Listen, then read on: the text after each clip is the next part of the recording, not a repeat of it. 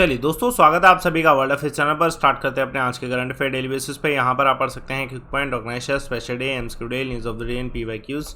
आप मेरा Telegram channel join करें, अमन सर वाइफ स्टडीज, थोड़ा आपको सीखिए यहाँ पर ये वीडियो डेली अवेलेबल हो सके। 3 मई आज के दिन वर्ल्ड अस्थमा डे आज के दिन ऑब्जर्व किया जाता है। एक्चुअली में ये मई मंथ के फर्स्ट ट्यूसडे में ऑब्जर्व किया जाता है, तो ये 3 मई को पड़ा।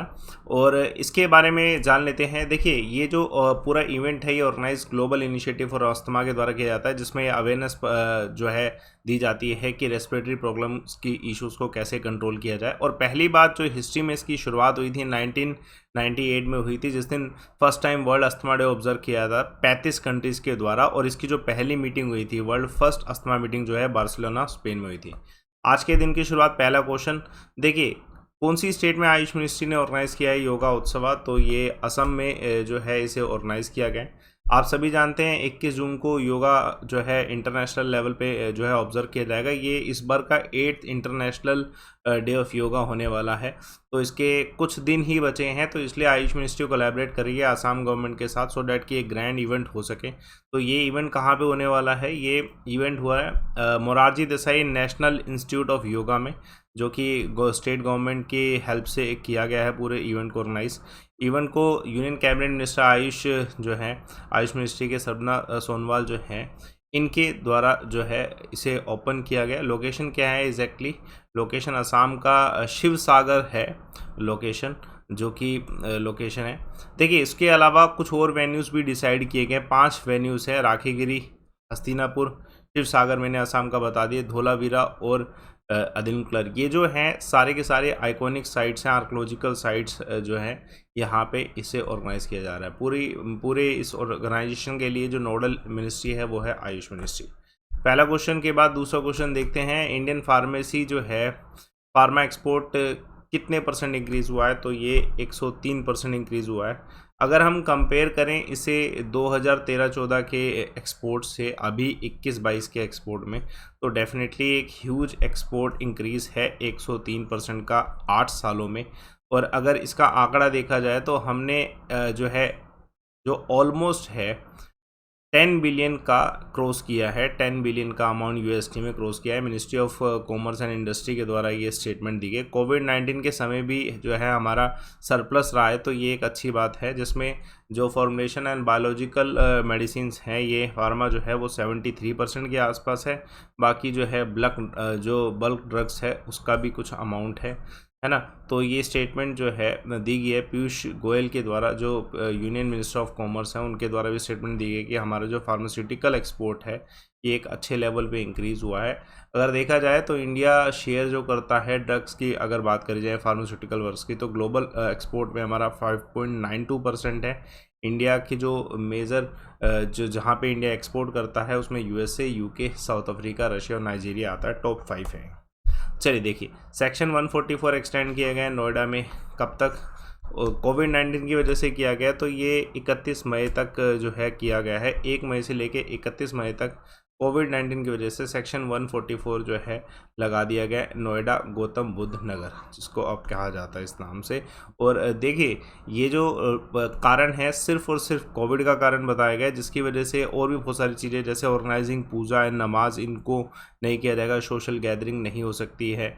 उसके अलावा face mask is very mandatory. तो ये सब चीज़ें जो है की गई हैं। Let's see the next question. Vietnam और कौन से देश के बीच में अभी हाल फिलहाल में एक एग्रीमेंट साइन हुए हैं to boost the trade and security ties? तो जापान और वियतनाम का बीच में है, तो जापान इसका आंसर है। जापान और वियतनाम ने, पहली बात तो इन दोनों के टाई इस वजह से भी हैं to counter China. We all know China के साथ क्लाश रहता है कि साउथ चाइना सी पे जो है चाइना कब्जा करने की कोशिश करता रहता है पूरे टाइम। उसके अलावा फिलीपींस और ताइवान, मलेशिया, इन सब का भी इशू है साउथ चाइना सी से संबंधित। तो इन्हीं सब इश्यूज़ पे जो है बात की जाएगी, जो इन दोनों के बीच में एग्रीमेंट साइन हो रहे हैं, है ना। अगर जापान की बात करी जाए तो जापान जो है वियतनाम का लार्जेस्ट प्रोवाइडर है ऑफिशियल डेवलपमेंट एड का, और 3rd लार्जेस्ट सोर्स है फॉरेन डायरेक्ट इन्वेस्टमेंट का। इनका बायलैटरल ट्रेड जो है 8.4% जो है के आसपास इंक्रीज़ हुआ है। Let's see the next question. Recently कौन सी कंट्री ने रीओपन किया है टूरिस्ट एंट्री पेंडेमिक के बाद 2 सालों के बाद ये ओपन किया है, तो न्यूजीलैंड ने। देखिए सबसे इम्पोर्टेंट चीज़ ये है कि बहुत सारे देशों ने इसे, अभी इंडिया ने भी रिसेंटली ही हर चीज़ को ओपन किया है, लेकिन यहाँ पे आप देख सकते हैं कि जो इनकी आबादी है इसके अनुसार इनका जो डेथ रोल है कितना कम है। ये इनकी स्ट्रिक्ट पॉलिसी की वजह से हो पाया कि न्यूजीलैंड ने किसी को अलाउ नहीं किया, लेकिन अब हाल फिलहाल में रीओपन किए इन्होंने अपने बॉर्डर्स, जिसकी वजह से जो है अराउंड 60 कंट्रीज़ के जो है टूरिस्ट हैं वो वेट कर रहे थे न्यूजीलैंड विजिट करने का किसी भी कारण से। Let's see the next question. Recently कौन सी स्टेट के सीएम है जिन्होंने लॉन्च किया है मिशन टू रिवाइव पोन्ड्स? तो ये हरियाणा सरकार के द्वारा किया गया है। हाल फिलहाल में चीफ मिनिस्टर मनोहर लाल खट्टर जी के द्वारा अमृत सरोवर मिशन जो है लॉन्च किए गए 111 जगह पे। सभी कॉन्स्टिटेंसी, सभी पार्लियामेंट्री कॉन्स्टिटेंसी जो है वहाँ पर जो है विलेज लेवल में स्टेट लेवल प्रोग्राम जो है किया जा रहा है, जो कि अभी हाल फिलहाल में जो लोकेशन जहाँ से इन्होंने मिशन को स्टार्ट किया वो गंगेसर सरोवर है, जो कि नाहरा विलेज में है, सोनीपत डिस्ट्रिक्ट में। यहाँ से स्टार्ट किया गया और लेबर ऑर्गेनाइजेशन डे के दिन भी जो है और बहुत सारी चीज़ें की गई हैं। उसके अलावा जो है पानीपत रेजिडेंस में जो है रिन्यूएबल प्रोजेक्ट भी लॉन्च किया गया 800 करोड़ का, उसका भी अनाउंसमेंट किया गया है। और शुगर मिल का भी इवेंट भी था एक। चलिए देखिए प्रधानमंत्री जो है ये कितने देश में जो है यूरोपियन कंट्रीज़ में विज़िट कर रहे हैं? तो आंसर है 3, है ना। 3 यूरोपियन कंट्री में विज़िट कर रहे हैं, टूर पे जा चुके हैं। अब 3 देश कौन से हैं? पहला है जर्मनी, दूसरा है आपका फ्रेंच, तीसरा है आपका डेनमार्क। देखिए कोविड की वजह से इनके जो आउट टूर्स थे वो थोड़े से कम हो गए थे, लेकिन अब इन्होंने स्टार्ट कर दिया है। तो बर्लिन में पहला विजिट रहा है जर्मनी में, जहाँ पे ये डिस्कस करने वाले हैं जो है इकोनॉमिक रिकवरी को कैसे किया जाए।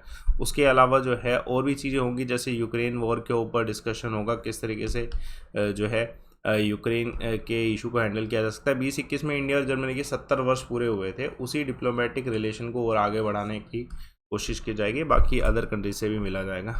रिसेंटली कौन सी स्टेट के सीएम हैं जिन्होंने ट्रिब्यूट पे किया है संयुक्ता मूवमेंट के जितने भी व्यक्ति जिन्होंने लाइफ सेक्रीफाइस करी थी? तो महाराष्ट्र ने। देखिए पहले तो इस मूवमेंट के बारे में जानते हैं। संयुक्ता महाराष्ट्र मूवमेंट का दूसरा नाम समिति था, जो कि 1956 के आसपास हुई थी, जिसमें लोगों ने मराठी स्पीकिंग स्टेट अलग से बनाने के लिए, यानी कि महाराष्ट्र बनाने की मांग करी थी, जिसकी वजह से बहुत सारे एफर्ट्स भी लगाने पड़े। 106 के आसपास लोगों ने अपनी जो है लाइफ सेक्रीफाइस करी थी पुलिस फायरिंग में। तो उस मूवमेंट को याद किया जाता है, क्योंकि जो है अभी हाल फिलहाल में ही 1 मई 1960 में महाराष्ट्र को जो है ऑफिशियली बनाया गया था, तो उसी का डे ऑब्जर्व किया गया 62nd महाराष्ट्र फॉर्मेशन डे। तो उसी दिन जो है महाराष्ट्र के चीफ मिनिस्टर उद्धव ठाकरे जी के द्वारा जो है ये ट्रिब्यूट जो है दिया गया। चलिए देखिए हाल फिलहाल में कौन सी कंट्री है जिसने 8 बिलियन सऊदी पैकेज जो है इसे जो है सिक्योर किया है? तो पाकिस्तान ने। पाकिस्तान के लिए शायद ये राहत की बात होगी, क्योंकि पाकिस्तान का इकोनॉमी जो है श्रीलंका जैसा ही बुरे हाल हो रखे हैं। तो अभी हाल फिलहाल में इनका जो नया प्राइम मिनिस्टर बने हैं, ठीक है, शहबाज शरीफ, ये विजिट पे गए थे सऊदी अरेबिया, और वहाँ से इन्होंने 8 बिलियन का पैकेज सिक्योर किया है। वैसे सऊदी अरेबिया पाकिस्तान की बहुत मदद कर रहा है, जिसमें अराउंड दिसंबर 2021 में 3 बिलियन का डिपॉजिट इन्होंने स्टेट बैंक ऑफ पाकिस्तान को दिया था, और 400 मिलियन के आसपास जो है ऑयल के लिए भी दिया था, और अब ये 8 बिलियन का अमाउंट मिला है, तो इससे पाकिस्तान को बेनिफिट हो रहा है। चलिए देखिए हाल फिलहाल में कौन सी कंट्री ने जिसने 100 बिलियन बैरल ऑफ क्रूड जो है इसका एक्सपोर्ट किया है अप्रैल तक में? तो इराक ने। इराक को बहुत बेनिफिट हुआ है रशिया यूक्रेन क्राइसिस से। इवन इराक और जो भी ऑयल एक्सपोर्टिंग कंट्रीज़ हैं, बेसिकली जो इराक है, इन्होंने अप्रैल में $104 पर बैरल के हिसाब से जो है 101 मिलियन बैरल क्रूड ऑयल जो है ये बेचा, जिससे इनको $10 बिलियन का जो है रिवेन्यू मिला है। इनकी बेसिकली 90% रिवेन्यू जो है ऑयल एक्सपोर्ट से ही होता है, तो डेफिनेटली इन्होंने इसी चीज़ का बेनिफिट अच्छा सा उठाया। किक पॉइंट देखिए हाल फिलहाल में कौन से व्यक्ति हैं जिन्होंने चीफ मिनिस्टर और chief justice of high court जितने भी हैं उन सभी का एक जॉइंट कॉन्फ्रेंस रखा था? नरेंद्र मोदी जी। हाल फिलहाल में जो है draft battery swapping policy electric vehicles के लिए किसने लॉन्च करी, रिलीज़ करी? नीति आयोग ने। कौन से देश ने कहा है कि they will buy all the scientist of Russia to destroy the Russian defence industry? तो ऐसा यूएसए के द्वारा कहा गया। कल एक सवाल पूछा गया था को फाउंडर ऑफ ट्विटर का, तो आंसर रिया सिंह के द्वारा बिल्कुल सही, जैकी डोर्सी। और आज का सवाल देखिए क्विक पॉइंट आप इसका आंसर कमेंट बॉक्स में बताइएगा इसमें से कौन सा लैंडलॉक कंट्री है। तो आंसर कमेंट बॉक्स में बताइए। मेरे टेलीग्राम चैनल ज्वाइन करें, 6 AM पर आपको ये वीडियो रेगुलर अवेलेबल होती है। रिपोर्ट एडमिन का ऑप्शन यूटिलाइज करिए, एक अच्छा सा कोर्स ले सकते हैं। देखिए, एक 4 मई से बैच आ रहा है, पूरा जीके अगर आप कवर करना चाहते हैं, सभी टीचर से एक्सेस करना चाहते हैं, सब्सक्रिप्शन आपको सिंगल सब्सक्रिप्शन पे सब कुछ अवेलेबल होगा और एक डिस्काउंट चाहिए होगा तो उसके लिए एक कोड लगता है। चाहे कोई सा भी आप एग्जाम में ज्वाइन करें, लाइव अमन कोड से आपको आफ्टर डिस्काउंट पेमेंट बहुत कम मिलेगी। तो आप लाइव अमन कोड इधर लगाएं प्रोसीड टू पे से पहले, जिससे आपकी फीस जो है कम हो सके और बेनिफिट आपको मिल सके। Utilise it. सेशन को लाइक करिए, शेयर करिए, चैनल को सब्सक्राइब करिए। Thanks a lot for watching.